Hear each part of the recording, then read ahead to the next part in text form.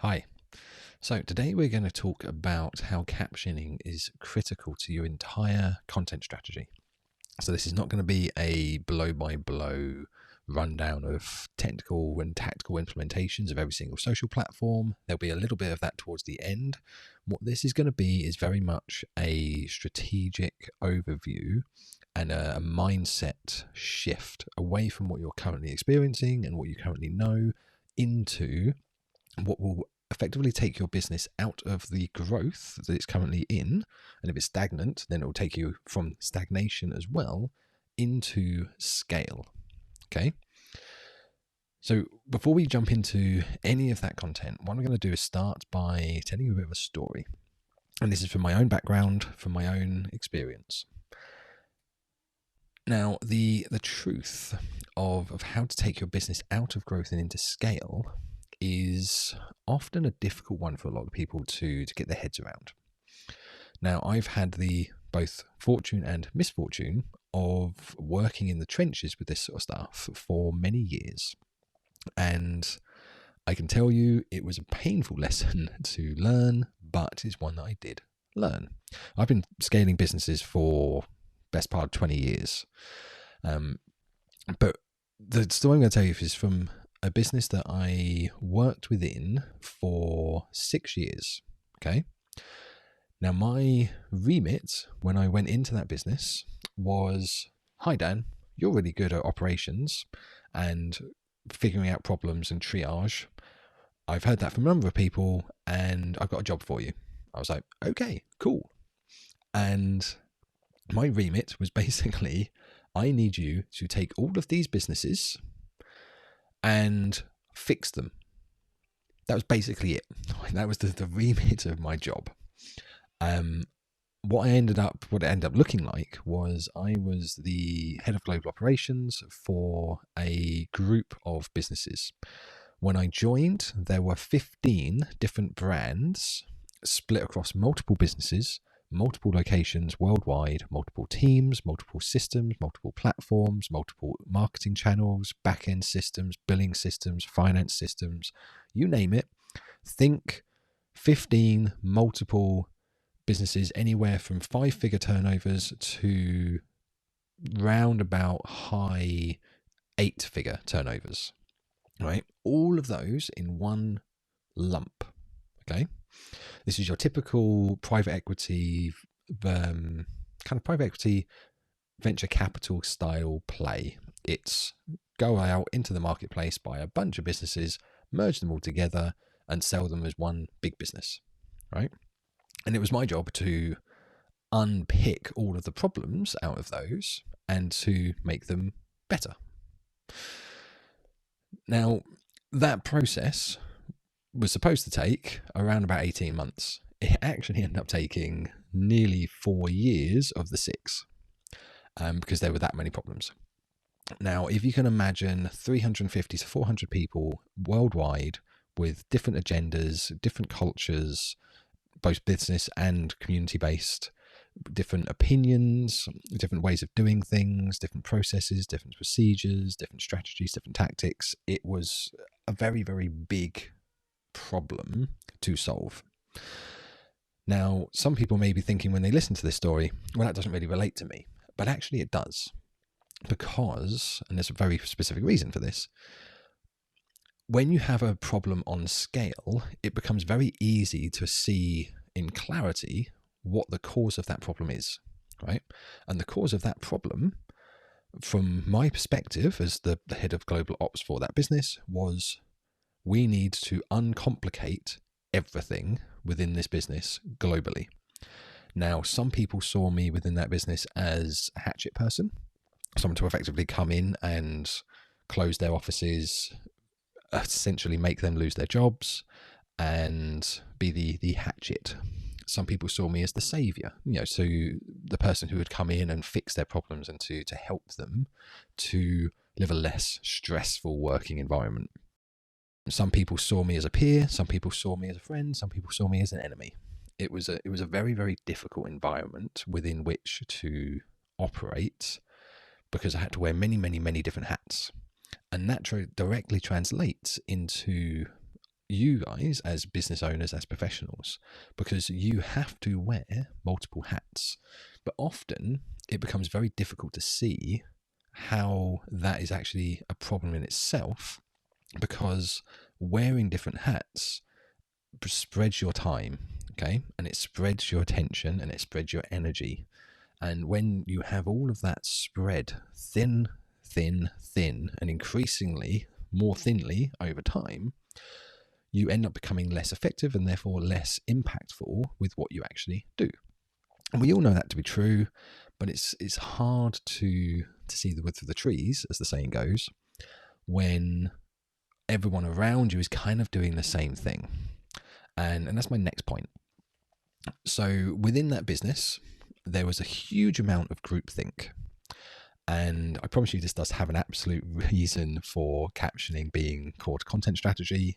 What we're talking about here is mindset relating to strategy, and we're going to dig into everything else later, okay? So within that business, and equally within your business, and as you consume content across the marketplace as a whole, there is a big, big issue in business in general with what's called groupthink, okay? Now, groupthink, and I took these definitions off of Wikipedia, so thank you, Wikipedia. There's a little mention there in the slide, and I am reading this, so you're right there in the screen, and I'm like reading right here in my laptop, okay? So if my eyes are going up and down, it's because I haven't memorized every single word of this presentation, because I'm not that good. I am not a robot, I am human. So groupthink is a psychological phenomenon that occurs within a group of people in which the desire for harmony and conformity in the group results in an irrational or dysfunctional decision-making outcome. We'll talk about that in a sec. The cohesiveness, or the desire for cohesiveness in a group may produce the tendency among its members to agree at all costs. This causes the group to minimize conflict and reach a consensus decision without critical evaluation. Now, that last sentence is probably the most key part of that paragraph, because what that is saying is that when you reach a decision without evaluating whether that decision is first the right one for you, that in itself is the problem. So within this business that I'm talking about, as an example, there were lots of different people who were basically doing what everyone else did. There was a lot of people out there who had responsibility for budget spend, as an example, where every other business out there would spend huge amounts of money on pay-per-click advertising and huge amounts of money on brand awareness. So if everyone's doing it, then we'll do that. And when you actually looked at the analytics of the spend, as was my responsibility to do, the actual return on investment of that spend was in most cases very minimal. It wasn't impactful at all. It was groupthink based decisions without critical application within the business. And essentially it was wasted time. And there were people's jobs who it was to actually spend this money, but actually the spending of the money did nothing for the business itself. In many cases, it actually harmed the business, because there wasn't a return on investment, and that money could have been spent elsewhere, which did actually need the spend, the budget, and could have actually had more impact, but it didn't have the opportunity to do that because the budget was allocated elsewhere. So again, it was my responsibility to go in and pick out all these different places where there wasn't a return on investment, and to reassign those resources and that energy elsewhere where it would actually make an impact. And that is your responsibility as professionals, as business owners, as entrepreneurs in your own right, to actually critically look at where you're spending your time, and if there is a return on investment of that energy that you are spending, be it actual monetary spend or spending of your physical time, or even in many cases it's the thinking about things, keeping you up at night, literally in many cases, that is energy that you are still spending on something that, does it really matter? Is it really going to make an impact? Is it a distraction? Is it just causing you stress and anxiety unnecessarily? And if it is, then why do it, right? So like I said, there's a lot of crossover in what I'm explaining here in your day-to-day world. And groupthink, many people perceive that as applying to businesses, within a business community, within a business architecture within a business culture, but actually it exists within the market as a whole. So you see a lot of influencers out there doing the same kind of thing, and they're doing the same kind of thing, but it works for them. It doesn't work for the other 95% of people, right? You see businesses out there doing huge amounts of activity in pay-per-click advertising, as an example. It might work for them, may not work for you. Adopting those strategies and those tactics without evaluating whether or not it's right for you first, and whether those strategies are actually what you should be doing, is the first stumbling block that many businesses actually come up against without realizing it. And we'll get into strategies and tactics shortly, okay? So groupthink is one thing. Now the next part is confirmation bias. Now confirmation bias is very closely linked to groupthink in many ways. So the definition of confirmation bias is the tendency to search for, interpret, favor, and recall information in a way that confirms or strengthens one's prior personal beliefs or hypotheses. I actually got that right this time. Hypotheses. It is a type of cognitive bias. People display this bias when they gather or remember information selectively, or when they interpret it in a biased way. The effect is stronger for desired outcomes, for emotionally charged issues, or for deeply entrenched beliefs. So say, for instance, you see someone out there who says, this entrepreneurial game isn't for everyone, but I've managed to figure out how to do it. Therefore, I can share that belief and that step and that process with you if you pay me X, right? That is triggering confirmation bias in some ways within those people who think, is entrepreneurial world for me? Is it not? You know, do I have what it takes? Do I not? And they end up spending that money. But actually what they're doing is just cloning what someone else did, which may or may not actually apply to what they're doing. It's leveraging confirmation bias in the sales cycle to trigger those entrenched beliefs and give an outcome opportunity to that audience that may not be right for them, right? So while I don't want to sound too negative with that comment, confirmation bias can lead you down paths that don't help you, right? But learning when you're actually experiencing confirmation bias with that level of self-awareness, both in those kind of decisions, but also everyday decisions within your business as well, actually help you to make better critical decisions based on reality, not on perception of reality or the belief of what you think that might look like, if that makes sense. Hope it does. Obviously this is a recording, so I have no like active feedback, so we're kind of gonna just go with it, right? So what's all this have to do with content strategy and captioning? I'm glad you asked. So linear growth versus exponential scale. So what this looks like is when you have a straight line growth within your business, that straight line growth is what we essentially call linear. It is a linear line, right? So that's just cumulative month by month increase of time versus revenue gained, right? So you spend the time, you get a bit of revenue. You spend the time, get a bit of revenue. And it's consistent constantly as you go. It's just a straight line, right? Now, however, when you have exponential scale within your business, that is a exponential curve. You know, it's not a straight line, it's a curve.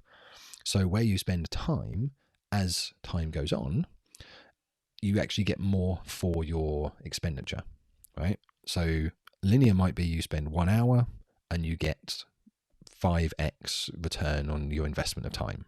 Exponential might mean that 1 month you get 5x, next month you might get 15, next month you'll get 25, next month you'll get 50, next month you'll get 100.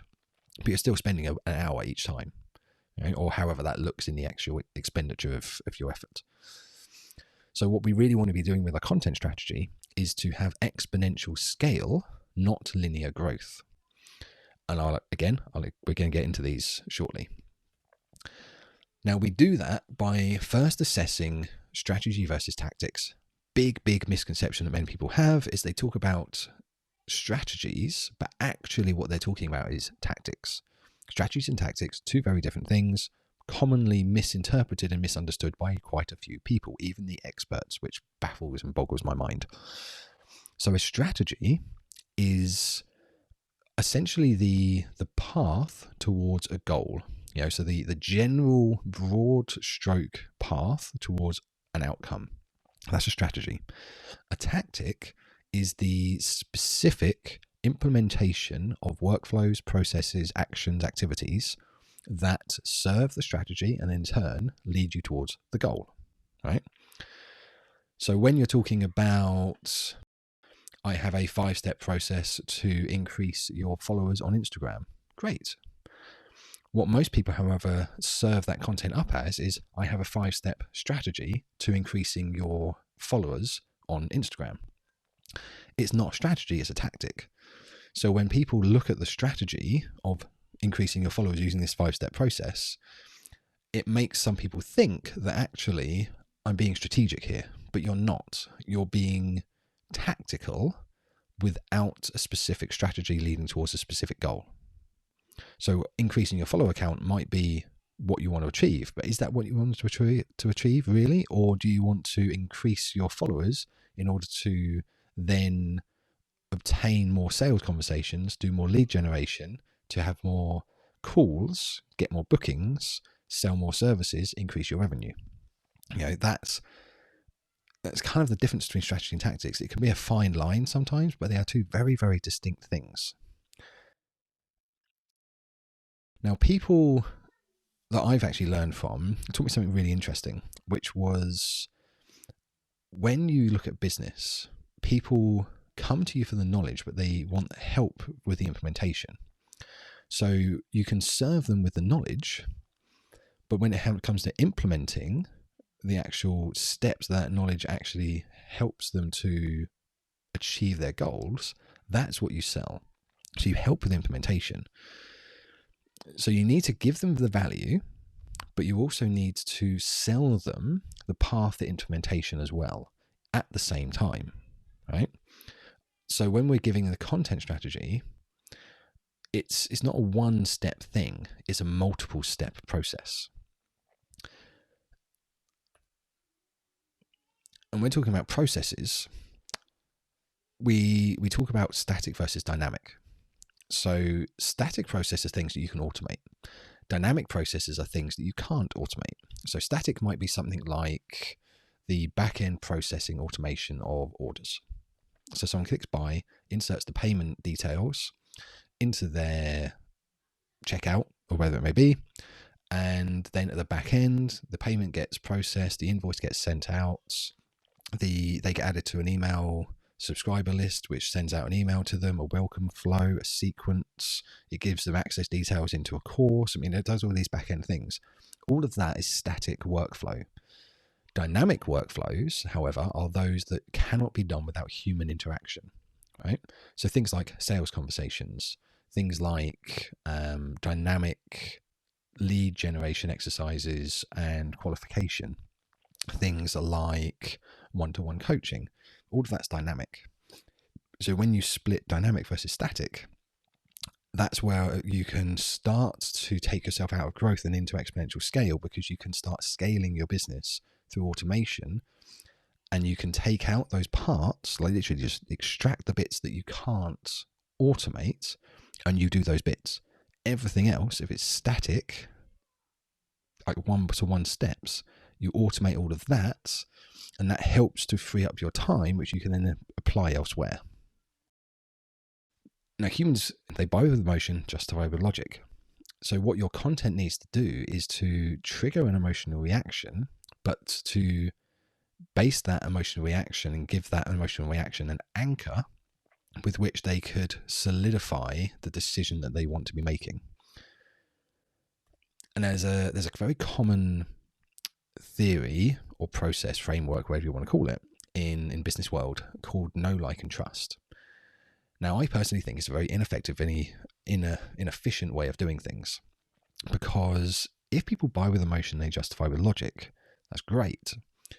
However, what this framework says is that people need to know you in order to like you. They need to know and like you in order to trust you, and they need to know, like, and trust you in order to buy from you.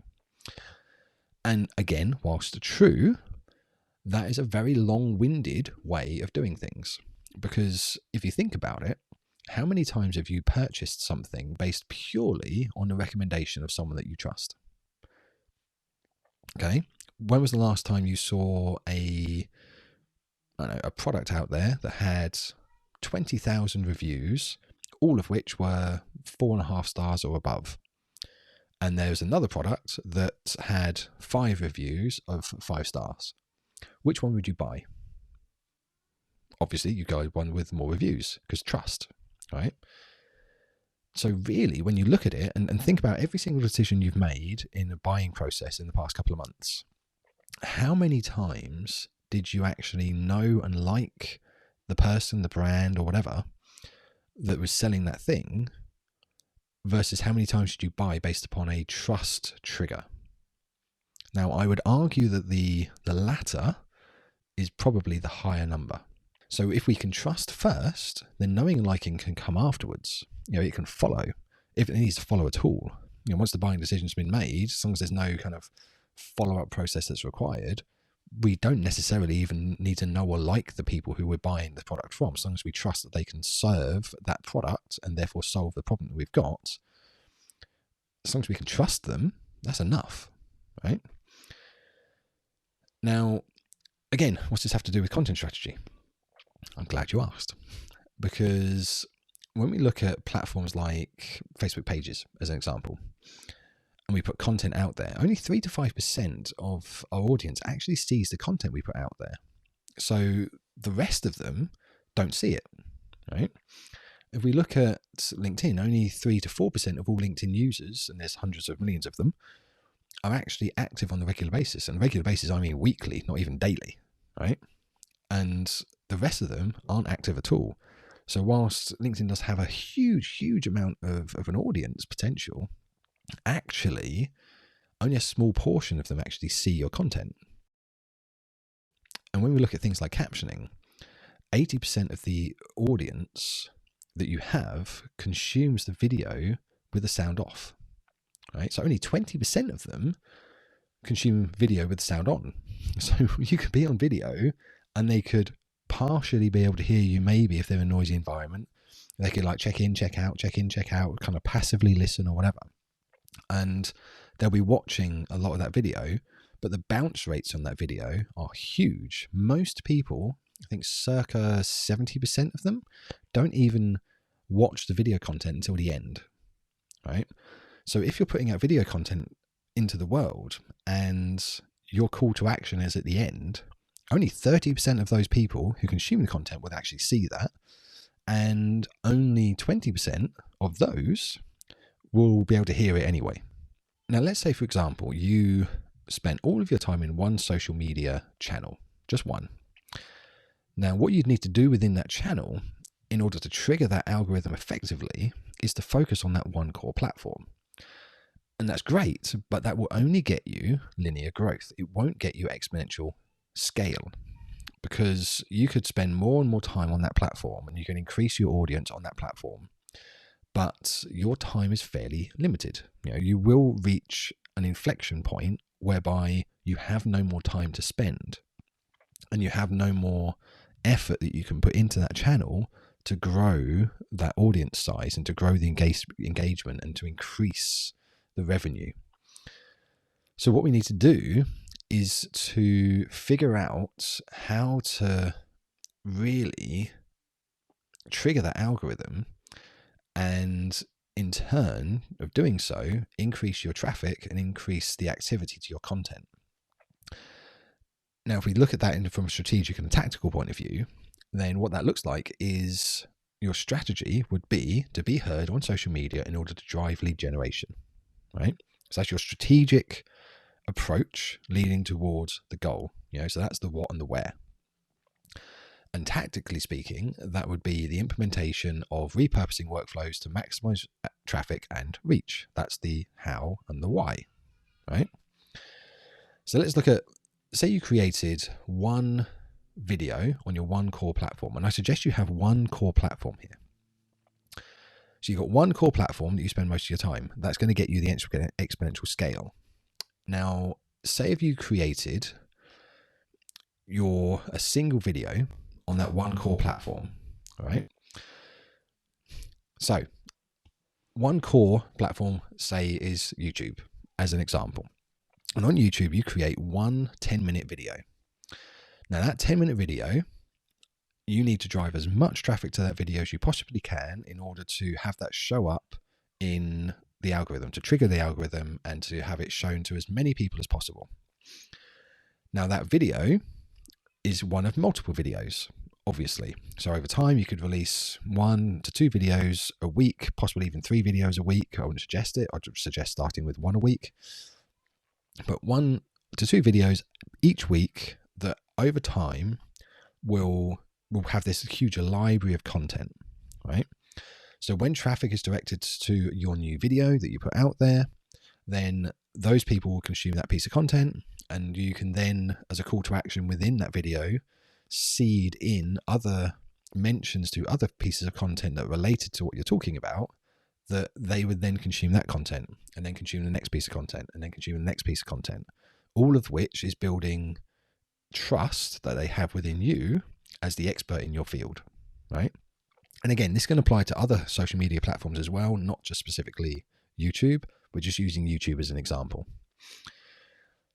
So when we look at driving traffic, we can do that from the purpose of creating individual pieces of content on each individual social media platform and spend a huge amount of time, or we can repurpose what we already have.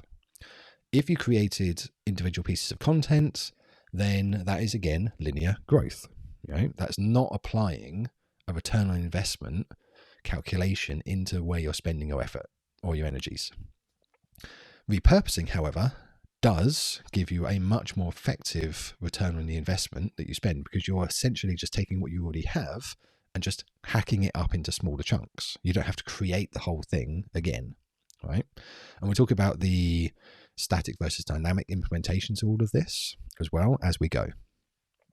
So that one 10-minute video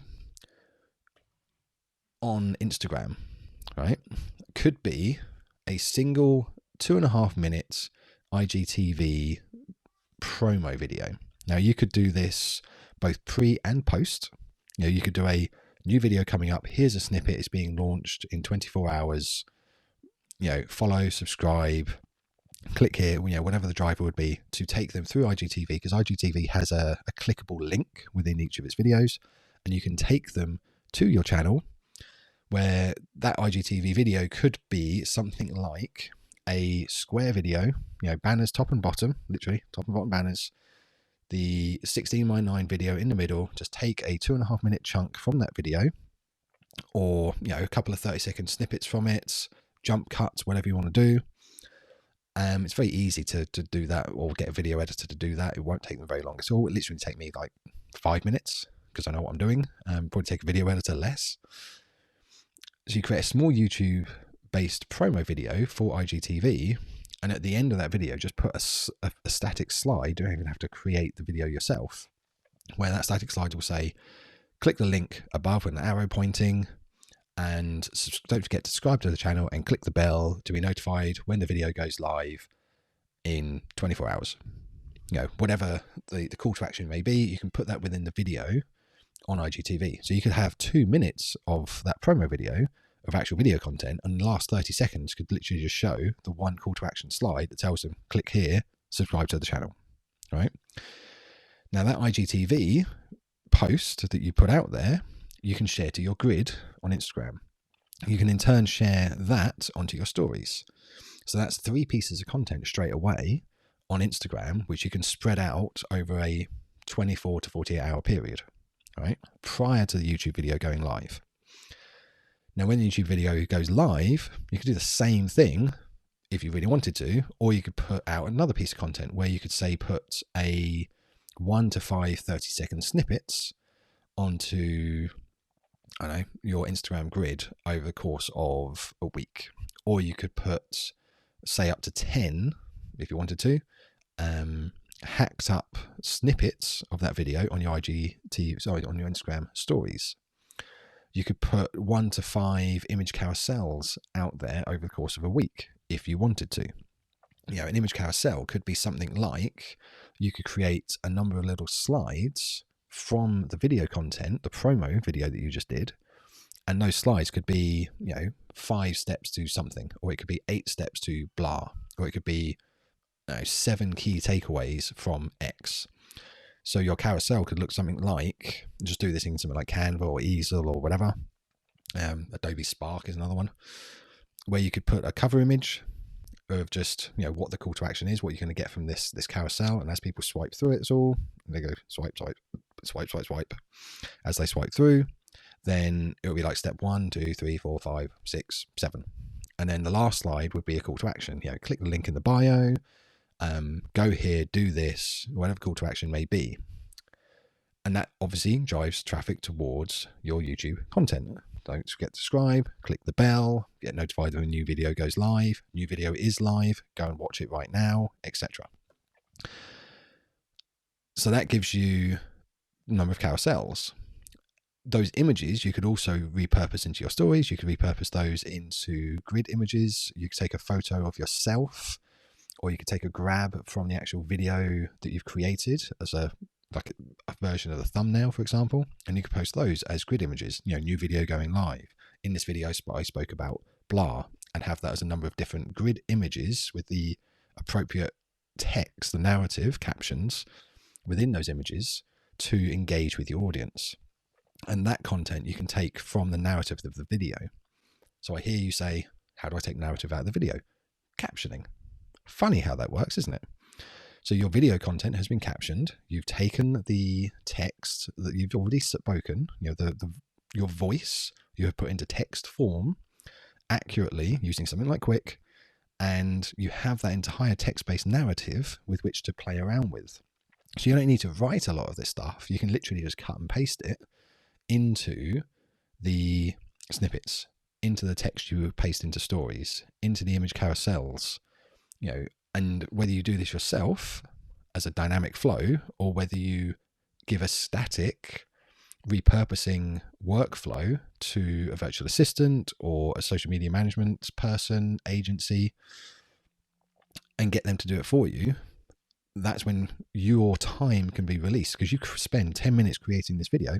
Granted, it'll take longer than 10 minutes, but you create a 10-minute video, and then you can literally just let the worker bees go to work hacking that up for you if you wanted to. Literally tell them exactly what you want to happen, how, where, as a static process, and just get them to do it. There are systems out there where they can actually do a lot of that work for you already as well. And there's some integration conversations that Quick's having right now to actually make that even easier. But there are some platforms out there who have actually built systems to do a lot of that legwork for you, where it would already it would take the narrative, the words that Quick's captioned, and it will create posts, a number of different ones. You just have to click the ones that you want. That's quite cool. So there's a lot of ways you can do that as well. So that's Instagram. Let's look at something slightly different. Let's look at Pinterest. Pinterest, I hear you say, that's a weird one. But Pinterest, if you think you've got thumbnail posts leading to the video content, you can stick that on your Pinterest board. You've got the images that you've got in carousels.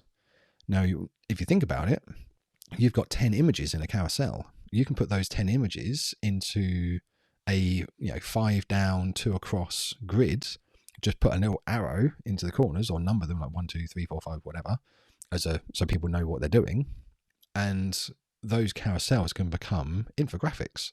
Use exactly the same content you've already got, just put it into a grid, and there you've got an infographic, or a number of them. And that, again, leads people towards your video content.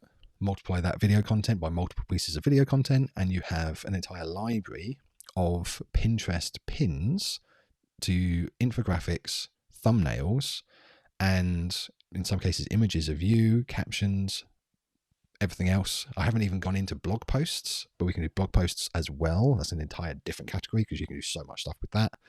But just touch on blog posts quickly.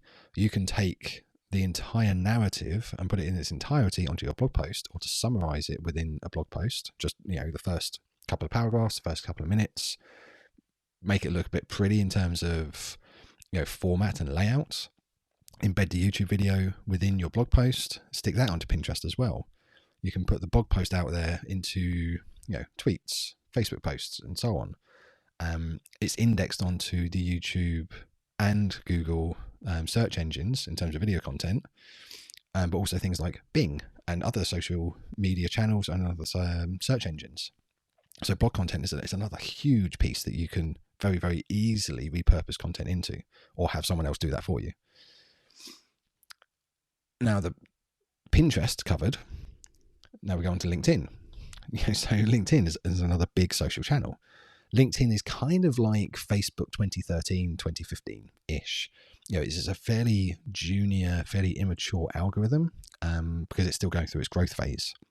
So if you think, like, Facebook right now is where YouTube was a couple of years ago. LinkedIn right now is where Facebook was a couple of years ago, and so on. So they're just kind of following each other along. So if you do on LinkedIn what you used to do on Facebook, chances are that will work pretty well for you. So what that would look like is engagement posts in text form, video engagement posts, a sub 2-minute video just talking about a specific point, a short 2 to 3 paragraph text post talking about a certain point. It's trying to gain engagement within the audience you have on that channel.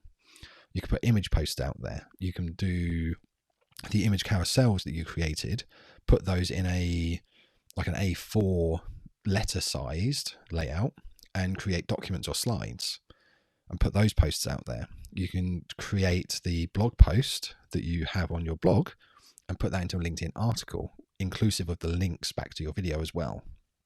Again, all of that content takes people to a call to action, which leads people back to your YouTube video and your YouTube channel. Okay? Again, repurposing of content. Now, like I said, LinkedIn is very much Facebook 2013, 2015, which leads us to Facebook. The same stuff you do on LinkedIn, do on Facebook as well. Text engagement posts, video engagement posts, image posts, posts and engagement, both text and video engagement posts within Facebook groups, if you have one. Again, all driving back to your YouTube content. I'm not going to bother going through the Facebook thing because Facebook and LinkedIn pretty much the same, right? You need to be active on those platforms on a daily basis. But when you can be active in those platforms on a daily basis with content you already have, you don't have to be creative or dynamic with what you do on those platforms necessarily. You just need to be engaging with the responses that the content generates. That you need to be dynamic with. Everything else you can be static with. Everything else you can outsource. You can have, again, VAs, social media management people. You can have them schedule the posts or post it natively, depending on the platform. I won't go into the algorithmic similarities between all of those. If you want to ask any questions about platforms specifically, feel free to just hit me up. I'm more than happy to help you with that. But again, all social media channels are slightly different. You just need to understand the nuances of each. I haven't forgotten Twitter, for those Twitter fans out there. So you could have 100 plus tweets from text form, image form. You have Twitter conversations. You have all sorts of stuff that you can put out on Twitter. You can publish a link to your blog article, to your LinkedIn article, to your YouTube video itself directly. You can do promo videos. You can do snippets. There's all sorts of stuff you can do on Twitter. Literally, because you've got the narrative there, the world's almost your oyster in that regard. You can kind of do what you want because Twitter gives you such a variety of content. You need to put out a lot of content on Twitter in order to really be heard. But when you have an abundance of repurposing opportunities available to you from the content you've already created, that becomes very easy even to automate as well, or again, have someone else do that for you, right? Like one statement you could make 20 tweets out of, and that statement could only be 10 words. It's very easy to do. Stick that into a scheduler, off you shoot, and just engage with the responses that content creates, right? Now, some people might be thinking by now, but Dan, you haven't mentioned live content. Why have you not mentioned live content, live streaming, live video. That's a big thing, obviously. I haven't mentioned that because I've left it to now. Now, it's going to be a particularly sensitive topic for some people. Some people get a little bit charged about this, but I'm just giving you the options, right? With great power comes great responsibility, as the saying goes. So you need to decide what you do and how you do it, and whether it's right for you and your audience, and the application of the strategies and tactics that you choose to focus on. So with repurposing of live streaming, you can do that both live and scheduled. Now, again, some people will think, well, how can you do a repurposing of a live stream?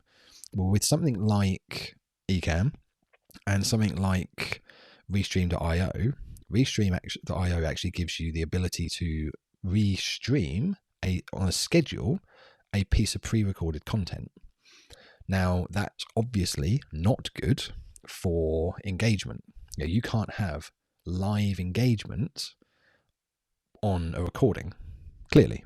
You can be in the comments, you can be chatting when it goes live and everything, but you can't sit there on a live and say, great comment, Jane.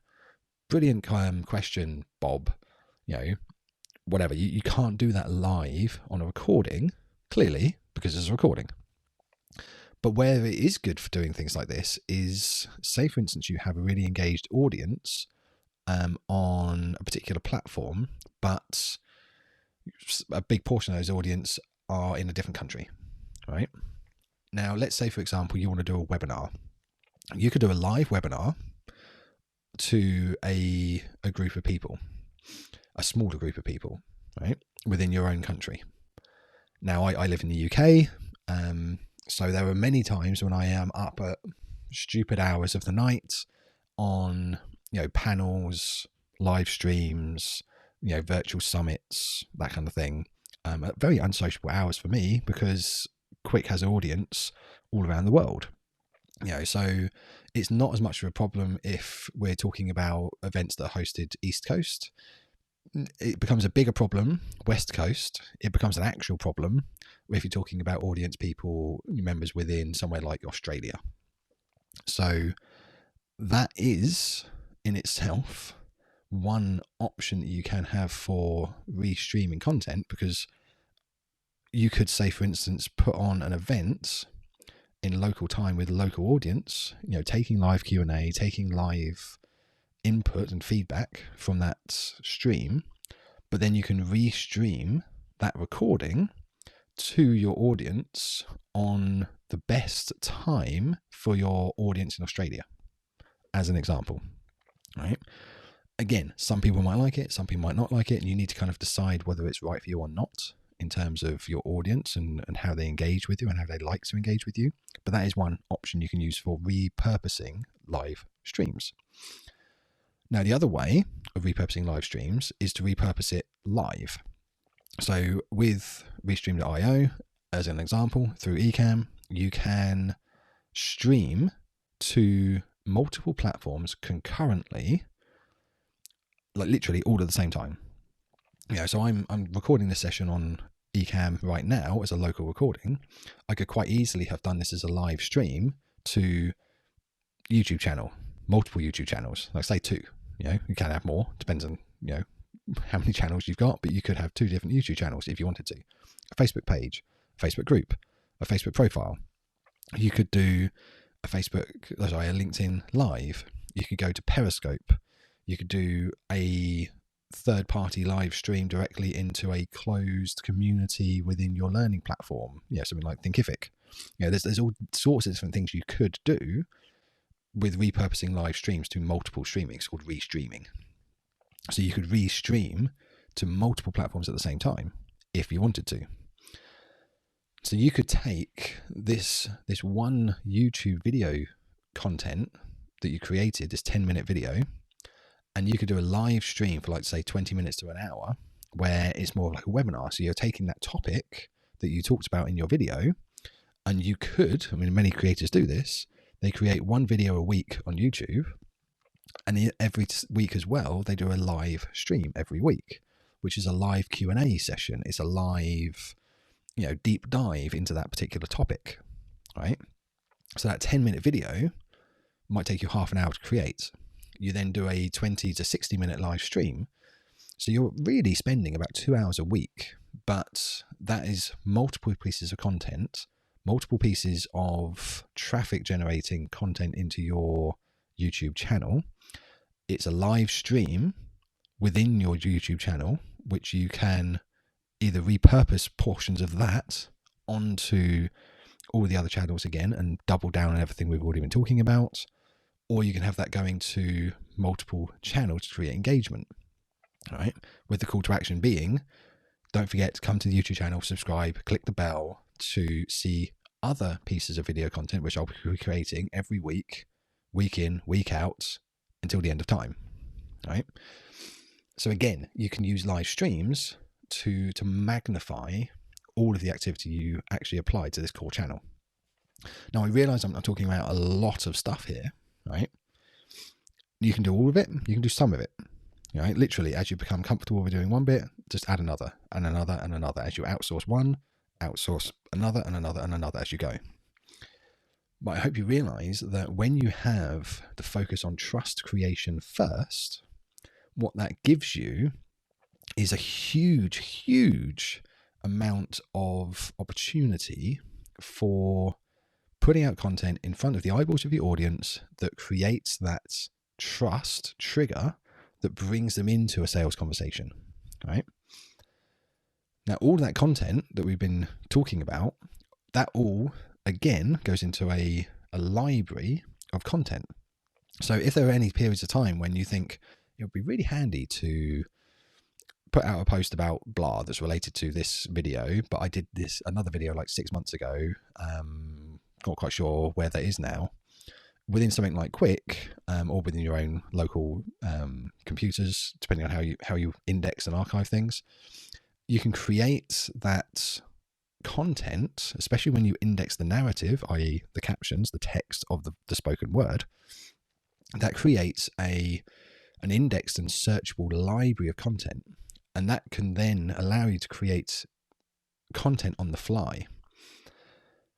And let's say you're speaking at events. I mean, this is an event at the end of the day. This is long form content creation. Now, I haven't done it yet because obviously I want to kind of like teach you as I'm going. But if I come out with a particular phrase that I think actually sounds pretty good, I could say, and there's a quote. I could say something smart, engaging, thoughtful, thought-provoking, whatever. And I could think on the fly, actually sounds pretty good. Now, I wouldn't have time to sit there and, grab my notepad, which is just over here, and just think, hold on 1 second. Let me just take my notepad. I'm just going to write this down because that was actually a really interesting piece of content. Hold on 1 second. Let me just, sorry, the pen doesn't work. 1 sec. Right, I'm just gonna scribble this down for a second. I've got a pen now, so I'm just gonna write this down. Great, thanks for that. That would obviously break the flow of what I'm trying to do. Right, pen away. I wouldn't do that. I would say something that sounds profound, and I would think in my brain that sounds really good, and I'd say, and there's a quote for you if you're ever talking about this topic to someone else, and I'd repeat that phrase. So when you index and make searchable your content through the narrative, through, again, captioning, what that allows you the opportunity to do is I would then be able to search through all of my pieces of content and say, whatever the caption trigger is that I say all the time. And I'll say the same thing for every single time that I come up with something or say something which I think would be good for repurposing later on. So when I search through my entire library of content for all speaking events that I do for the phrase, it will come up every single video, and there's timestamp within every single video where I mentioned that phrase or that keyword, right? And you can be as creative with that keyword as you want. You could have a phrase that says, there's a sound bite, whatever the phrase is that you want to use, as long as it's unique to you and it's a phrase you won't use very often, it allows you to, when you search for that phrase or that word, it's contextually accurate as you're saying it on stage, virtually or physically, but it allows you to search for all of those sound bites or whatever across all of your pieces of content. So when you have speaking events, virtual or physical, we're allowed to do physical ones again because I'm recording this in the height of the coronavirus lockdown from my home office.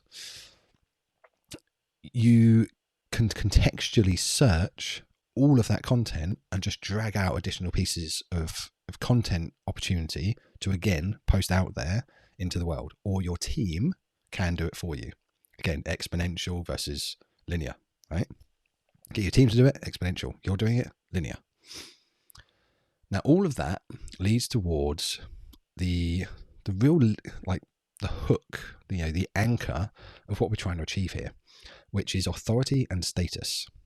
So authority and status, really, when you look at it, are the two main things that you're trying to create within your business in order to drive authority and trust and status and being known, right? So if I were to have done speaking events prior to this, and I'd have said the word soundbite as an example, I could have come out with something like trust dwarfs knowing and liking. That's something I mentioned on a stream I did probably about 3 weeks ago now.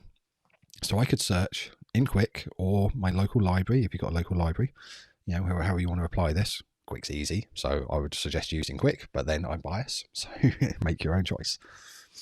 But I could search soundbite, and soundbite would have come up trust dwarfs knowing and liking right next to the word soundbite, right?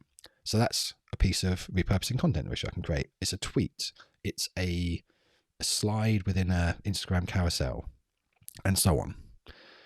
So trust equals authority, trust dwarfs knowing and liking. Consistency equals status. So if you are consistently putting out content, talking about how you solve people's problems, talking about how you can help them, giving value, giving them the opportunity to actually learn how you can help them to implement. Don't forget, people come for you with help with understanding, but they buy help with implementation, right? So they come to you for knowledge, they buy help with implementation. So if consistency equals status, then scale in motion breeds the image of authority, right? Authority, status. So all of this means that when you unleash your voice, then you are not only listened to, you are heard. And there's the soundbite, right? See how I did that? So in another piece of content, I can say, when you unleash your voice, you are not only listened to, you are heard. Now, this whole thing has all been leading towards this as the point, right? So I hope you've stuck with me for this long. When you are heard, you are trusted. When you are listened to, you are going down the process of being known, getting to be liked, and then getting to be trusted. But when you are heard, that is when trust comes first, right? Being heard is almost the holy grail of what we're trying to achieve with a content strategy, right? All of it, what we've been talking about so far, is leading to this really, really, really big key point. So all of what we've been talking about here is to get your audience to hear what you are saying, right? And I won't mention names, but there's someone who you will know where we had a conversation where for a long time they had been trying to do something that they hadn't managed to do. And they'd been listening for a long time to what people were saying, myself included. And they were listening and they were listening and they were listening, but they were not hearing. And when they did hear, then they made the change, right? Because some of it was down to them, some of it was down to other third parties and how they were putting that information across.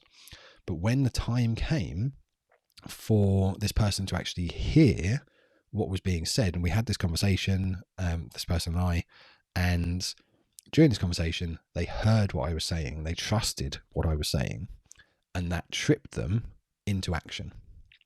And that tripped them into doing the thing that they needed to do. And the same goes for your audience. If they do not trust you, then it is a long tail process to get them to know you, like you, and then trust you, and then take action. If they trust you first, that process goes from this long to this long, right way down to here, tiny. If they can trust you, they will trip into that decision-making process, and then they're going to get to like you, and then they can get to trust you. That can come after. But it shrinks your sales cycle all the way down from here, right way down to here, right? Which allows you to spend a huge amount of energy on increasing the number of people you bring into your funnel. And that, again, is the point of going from linear growth into exponential scale. You are not going to hit exponential scale if your sales cycle is like this, because you are literally littered with inefficiencies and ineffective processes and systems and workflows and expenditure of energy and time and money. If you shrink this right down to this, that is the magic gap between linear growth and exponential scale. That is why captioning is key to your entire content generation strategy, because captioning takes your narrative out of the video content. It takes your voice out of that video content, and it allows you to be heard, to gain trust on multiple platforms, and to use multiple platforms to drive and create a exponentially increasing audience within your one core platform, whilst simultaneously creating an engaged audience on every other platform you have, with you only spending a fraction of the time that you would otherwise spend trying to create content and engagement on every platform individually. That is why captioning is the point, and that's why the captioning is the base of every content creation strategy that you use to then implement into the world. If you want to give captioning a try, which I urge you to do, then your opportunity of doing so is right there below, I believe, down there or over there, however it is. Right, so that's the end of my slides. I'm just going to jump out of my screen here for a second. You have me full screen, Dan lifelike, like this. So if there are any questions, then my social media channel and the social media channels of Quicks is popping up on the screen right now. It's the same handle for all social media platforms, both mine and Quicks. So any questions, feel free to reach out, restream, share, create content. We haven't even talked about user-generated content. That's an entirely different thing. But again, more than happy to answer any questions you have. If there are a number of questions of the same type or based on the same topic, then I'll create additional pieces of content to answer those on bulk. Again, repurposing, as we have just been discussing, can be applied in many different ways. I may even do a live stream to then restream at other times most relevant for the audience consumption in multiple time zones. Who knows? But I hope that's helped. I'm going to bid you a good evening, good afternoon, a good morning, whatever time it is you're consuming this video, and good luck. Hope that's helped. Thank you.